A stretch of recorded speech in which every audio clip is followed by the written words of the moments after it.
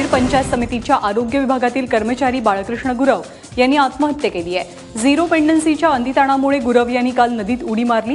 आज उपचारादरम्यान त्यांचा मृत्यू झाला। यामुळे संतप्त झालेल्या जिल्हा परिषद आणि पंचायत समितीच्या कर्मचाऱ्यांनी करवीर पंचायत समितीबाहेर निषेध नोंदवला। हा प्रकार केवळ झिरो पेंडन्सी कामाच्या अतिरेकामुळे झालाय। त्यामुळे विभागीय आयुक्त चंद्रकांत दळवी, आयुक्त कुमाल खेमणार यांच्यासह दोषी अधिकाऱ्यांवरती सदोष मनुष्यवधाचा गुन्हा दाखल करण्याची मागणी करत सर्वांनी बेमुदत काम बंद आंदोलन जाहीर केलंय।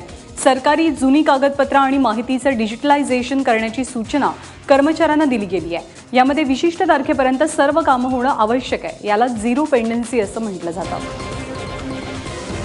ओला उबेर सारख्या वाहनांवर बंदी घालून रिक्षा सेवेला देशोधडीला लावणारे निर्णय मागे घ्या अशी मागणी रिक्षा पंचायतीचे अध्यक्ष डॉक्टर बाबा आढाव यांनी केली। आढाव यांच्या नेतृत्वात यासाठी आज पुणे प्रादेशिक परिवहन कार्यालयासमोर निदर्शनं करण्यात आली। केंद्र आणि राज्य सरकारनं नुकतीच लागू केलेली प्रचंड दंडवाढ मागे न घेतल्यास राज्यभरात रिक्षा चालकांचा लढा उभारू असा इशारा यावेळी बाबा आढाव यांनी दिला। दरम्यान महापौर मुक्ता टिळक यांनी आंदोलकांची भेट घेऊन मागण्यांच्या पूर्ततेचं आश्वासन दिलेलं आहे। चेंबूर नाक्याजवळच्या भारत पेट्रोलियम पंपाबाहेर आज गॅसची पाईपलाईन फुटल्याची घटना घडली। सकाळी 11:30 वाजता घडलेल्या प्रकारानंतर खबरदारीचा उपाय म्हणून काही काळ सायन पनवेल महामार्गावरची वाहतूक बंद करण्यात आली होती। अग्निशमन दलाच्या जवानांनी सीएनजीची गळती रोखत आटोक्यात आणली आणि त्यानंतर तासाभरानंतर म्हणजे 12:30च्या सुमारास महामार्गावरची वाहतूक सुरळीत करण्यात आली। भंडारा जिल्ह्यामध्ये खोट्या जाहिराती काढून सुशिक्षित बेरोजगारांना 10 लाखांचा गंडा घालणाऱ्या मुख्य आरोपीला अटक झाली आहे। समाधान पाटील असं आरोपीचं नाव आहे। मायक्रो फायनान्स कंपनीमध्ये फील्ड ऑफिसर आणि एरिया मॅनेजर ही पदं रिक्त असल्याची खोटी जाहिरात त्यांनी दिली होती। आरोपीनं एजंटकडनं 8 ते 10 लाख रुपये जमा करून तो पसार झाला। त्यानंतर 3 दिवस ऑफिस बंद असल्यानं एजंटनी पोलिसात तक्रार केली। दरम्यान मुख्य आरोपी अटकेत असून इतर 3 आरोपी फरार आहेत। आरोपी पाटीलकडनं शिवसेना नाव असलेली स्विफ्ट डिझायर गाडी जप्त झालेली आहे।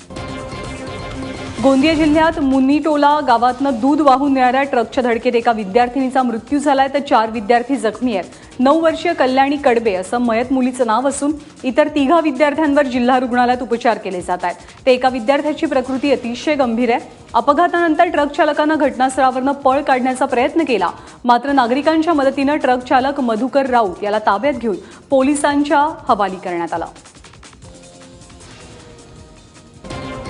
गोंदियासारख्या नक्षलग्रस्त आणि आदिवासी बहुल जिल्ह्यातील तरुणी आता लवकरच हवाई सुंदरी होणार आहेत। एअर इंडियामध्ये एअर होस्टेस आणि केबिन क्रू पदाच्या 400 जागा रिक्त आहेत। त्यासाठी गोंदियामध्ये 2 दिवसीय पूर्व प्रशिक्षण कार्यशाळेचं आयोजन करण्यात आलं। गेल्या वर्षीप्रमाणे यंदाही तरुणींनी या प्रशिक्षणाला चांगला प्रतिसाद दिला। तसंच गेल्या वर्षी गोंदिया भंडारा जिल्ह्यातनं एअर इंडियामध्ये एअर होस्टेस झालेल्या 4 मुलींचा यावेळी सत्कारही करण्यात आला। जळगाव जिल्ह्यामध्ये आज मोठ्या उत्साहानं कानबाईच्या विसर्जन मिरवणुकीला प्रारंभ झाला। खूप जुनी परंपरा असलेला कानबाई हा उत्सव प्रामुख्यानं खानदेशात साजरा होतो। या उत्सवाच्या निमित्तानं गावोगावी असलेले नातलग एकत्र येतात आणि हा उत्सव आनंदात साजरा करतात। 12 ज्योतिर्लिंगांपैकी एक असलेल्या भीमाशंकरच्या मंदिरात आज भाविकांनी गर्दी केली। आज श्रावण महिन्यातला दुसरा सोमवार असल्यानं सह्याद्रीच्या कुशीत वसलेल्या भीमाशंकर मंदिरात सकाळपासूनच भाविकांची मांदियाळी बघायला मिळाली। पांढऱ्या शुभ्र धुक्यामध्ये वेढलेला हा सगळा परिसर भक्तिरसात न्हाऊन गेलाय। देवस्थानाच्या वतीनं गाभारा आणि मंदिर परिसरात मोठा पोलीस बंदोबस्तही तैनात करण्यात आलाय।